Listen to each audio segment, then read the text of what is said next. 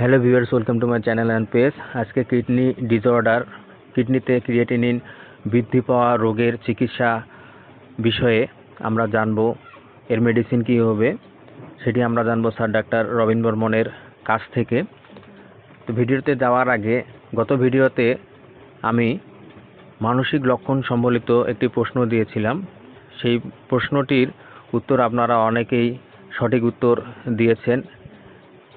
সেই প্রশ্নের ওষুধটি ছিল, মেডিসিনটি ছিল থুজা।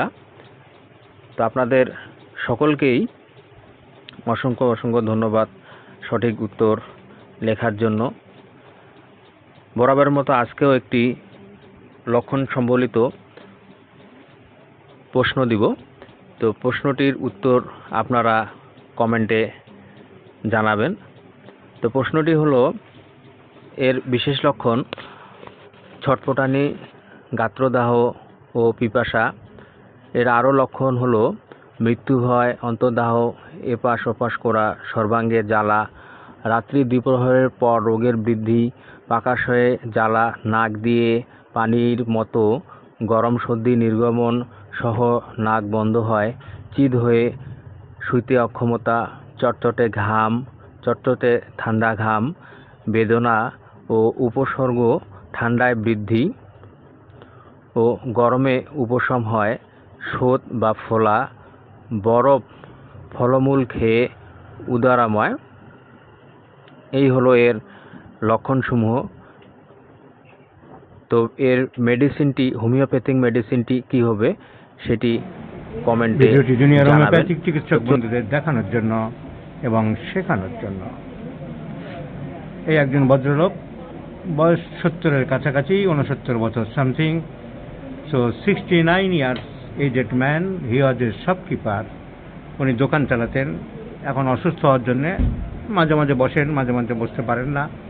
এরকম অসুস্থতা কি, ওনার কিডনি প্রবলেম হয়েছে, কিডনি ডিসঅর্ডার। ক্রিয়েটিনিনটা বেড়ে যাচ্ছে। অ্যাট প্রেজেন্ট ক্রিয়েটিনিনটা বাড়তে বাড়তে 5.05 এনজিতে চলে এসছে। তার মানে কিডনিটা পুয়ারলি ফাংশনিং। এই অবস্থায় ওনাকে আনা হয়েছে আমাদের ওষুধ সিলেকশন করে। কিডনি আর যাতে ক্ষতিগ্রস্ত না হয়, বা যেটুকু ক্ষতিগ্রস্ত হয়েছে তা যদি পুনরুদ্ধার করা যায়, সেই চেষ্টা আমাদের করতে হবে। কিন্তু আমরা যারা হ্যানিম্যানিয়ান পদ্ধতিতে, এবারে হোমিওপ্যাথির নীতি মেনে চিকিৎসা করি। হোমিওপ্যাথির তো তৈরি হয়েছিল, আবিষ্কার হয়েছিল যে নীতি দিয়ে, হ্যানিম্যান, যে আমি ওষুধটা পরীক্ষা করব, মানুষদের মধ্যে খাওয়াবো, খাইয়ে ডায়েরি নিয়ে কলম নিয়ে বসে থাকবো, সে যা যা বলবে, খাওয়ার পরে কি কি হলো সেগুলো নোট করব ডায়েরিতে। তারপরে সে নোট বই নিয়ে চেয়ার টেবিল নিয়ে বসবো, ওই কথা এসে যে বলবে ওই কথার থেকে ওই ওষুধটা সিলেকশন করবো। এটা সহজ ফর্মুলা। এই ফর্মুলায় হোমিওপ্যাথি তৈরি হয়েছিল। করতে গেলে, এইভাবে চিকিৎসা করতে গেলে কি কি নিয়ম কানুন মানতে হবে, কিভাবে এগুতে হবে, কিভাবে প্রসিড করতে হবে, হ্যানিম্যান তার জন্য একটা বই লিখে দিয়ে গেছেন, organ on the rest national in হেলকুন্ডি বা অর্গান অফ মেডিসিন। সেটা না করে নিজেদের ইচ্ছে মতো একটা বানালাম। আমি শুধু মনের লক্ষণের উপরে ওষুধ দিলাম। তুমি কেন এসেছো, কখন এসেছো, কটায় বেরিয়েছো, কোন গাড়িতে এসেছো, এখানে এসে কেমন লাগছে তোমার, তোমার হাসতে ইচ্ছে করছে না কাঁদতে ইচ্ছে করছে। মানসিক বাবুদের একটা চিকিৎসা কেউ আবিষ্কার করছে।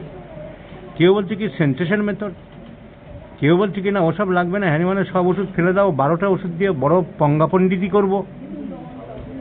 এইসব নাটকবাজরা অনেক নাটক করছে। হ্যানিম্যানের নিয়ম একটাই সোজা, সুস্থ মানুষদেরকে ওষুধ খাওয়াও, যেটা ওষুধ মনে করবে, ডায়েরি নিয়ে দাঁড়াও, সে পরপর কী কী বলে যাচ্ছে নোট করো, আর সেই নোট বই অনুযায়ী যদি কোনো রোগী আসে, ওই নোটের সঙ্গে যেটার সাথে মিলবে সেইটা দাও। এটাই তো হোমিওপ্যাথিক চিকিৎসা। Very easy.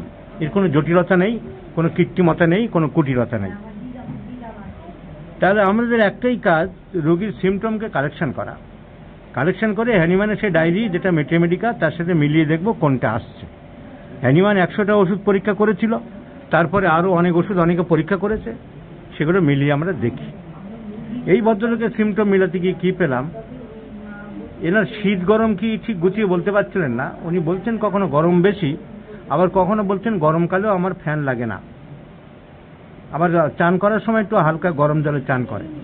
তাহলে আমাদের নিজেদের বিচার বুদ্ধি দিয়ে ওনারা যে ভুল বলছেন বা বাজে কথা বলছেন বা মিথ্যা কথা বলছেন তা নয়।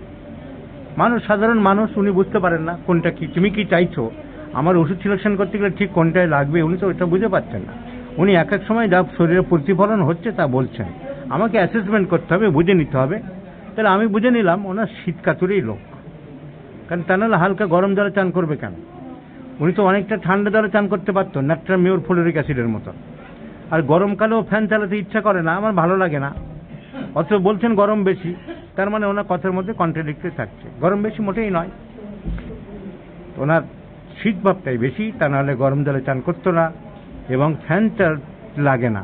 সো চিলি পেশেন্ট আমরা ধরে নেব। আমরা আমাদের ডাক্তারবাবু যিনি কেস টেকেন করেছেন সেখানে হট লেখা ছিল, তাহলে আমি জিজ্ঞাসা চিহ্ন প্রথমে লিখেছিলাম, এখন আমি কনফার্ম হয়ে গেলাম হি ইজ এ চিলি পেশেন্ট। শীতটা ওনার বেশি শরীরের মধ্যে, কখনো কখনো হয়তো গরম ভাব প্রকাশ পেতে পারে, কিন্তু as a whole he is a chilly patient. ওনার শরীরে একটা জ্বালা হয়, লেখা আছে এই যে burning palm and sole and vertex relief by cold. তো কোল্ডের রিলিফ মানে হাত পা বাইরে রাখে আর কি, তাতে কোল্ড রিলিফ ঠিক বলা যাবে না। ঠান্ডা জল টল দিয়ে বা খুব ঠান্ডা ফ্রিজের জল বের করে হাত পায়ে লাগিয়েছেন সেরকম আপনি করেননি, আপনার অস্বস্তি লাগে পাটা বাইরে রাখেন, লেপ্তাসের বাইরে রাখেন। তো যাই হোক, বার্নিং পাম অ্যান্ড সোল, তাহলে একটা বার্নিং সেন্সেশন আমি শরীরে পেলাম। আর শরীরে অন্য কোথাও জ্বালা পোড়া করে, হাতের তলা, পায়ের তলা ছাড়া, পেটের জ্বালা করে, আর কোথাও জ্বালা করে না।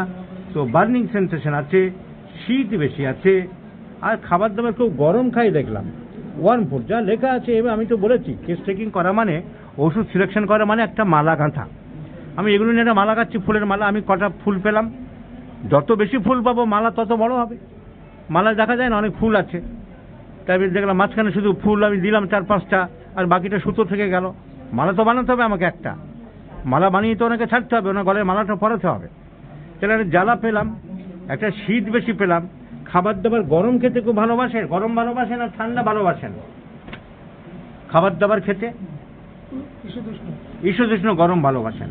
আমি জানি এটা আর্সেনিক কভার করছে, ওনার জ্বালা আর্সেনিক, শীত বেশি আর্সেনিক, আর এটা যে গরম খাবার খেতে ভালোবাসে আমি আমার জানা আছে, তো আমি রেপার্টরি খুলে দেখিয়ে দিচ্ছি। কোথায় দেখতে হবে? স্টোমাক ডিজার একদম লাস্টে আছে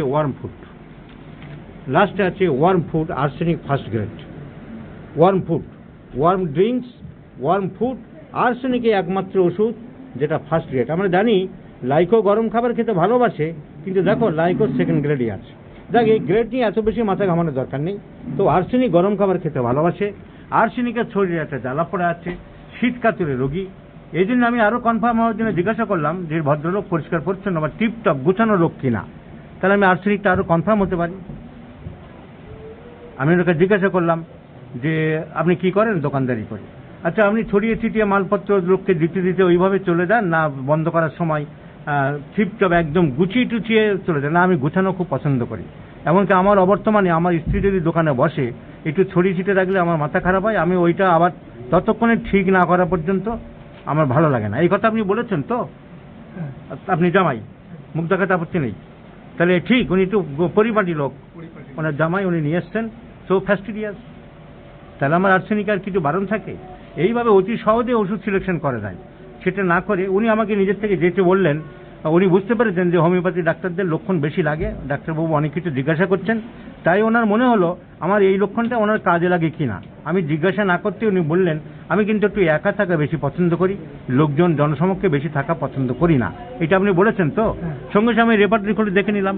এটা কি দেখতে হবে? রেপার্টরিতে মেন্টাল কোম্পানি অ্যাভারশন, মানে লোকজন খুব একটা পছন্দ করেন না, দেখবো। কিংবা অ্যালোন ডিডিআর 2, যেভাবে কিছু দেখতে পারি। তো আমি জানি যে কোম্পানি অ্যাভারশন 2 আর্সেনিক আছে কিনা একবার দেখে নেবো। আমি বের করলাম mind, company aversion 2, there is arsenic আছে।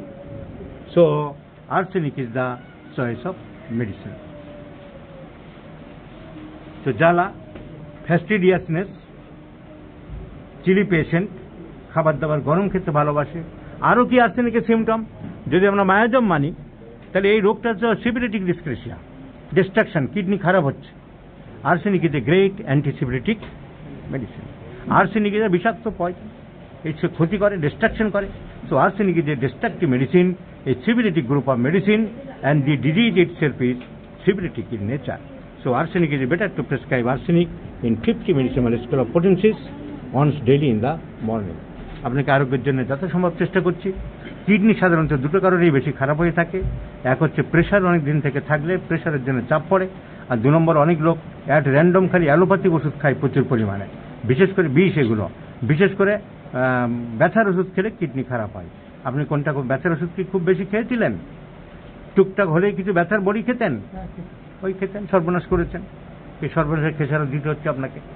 আর প্রেশার চেক করেছো? প্রেশারটা ওনার কত আছে? 130/70। প্রেশার নর্মাল আছে, তাহলে প্রেশারের খুব একটা প্রবলেম আপনার নেই। তবু কাঁচা নুন আপনি একদম খাবেন না। আর কিডনি পেশেন্টদের ডাবের জল খাওয়া বারণ, পাকা কলা খাওয়া বারণ, কারণ পটাশিয়াম বেড়ে যায়। এই দুটো জিনিসে পটাশিয়াম থাকে, আমরা খেতে বারণ করি। এছাড়া খুব বেশি মাংস জাতীয় প্রোটিন বেশি খাবেন না, মাংসটা কম খান। শক্তি অন্য জিনিসপত্র খান। আপনাকে দেখছি আর যাতে ক্রিয়েটিনিন না বাড়ে আমাদের দিক থেকে আমরা সর্বতভাবে চেষ্টা করব। আপনার ভিডিওটা ডাক্তারদের শেখানোর জন্য আপনার অনুমতি নিয়ে আমি গ্রহণ করলাম। আপনি অনুমতি দিয়েছেন, সেজন্য আপনাকে অসংখ্য ধন্যবাদ জানাই।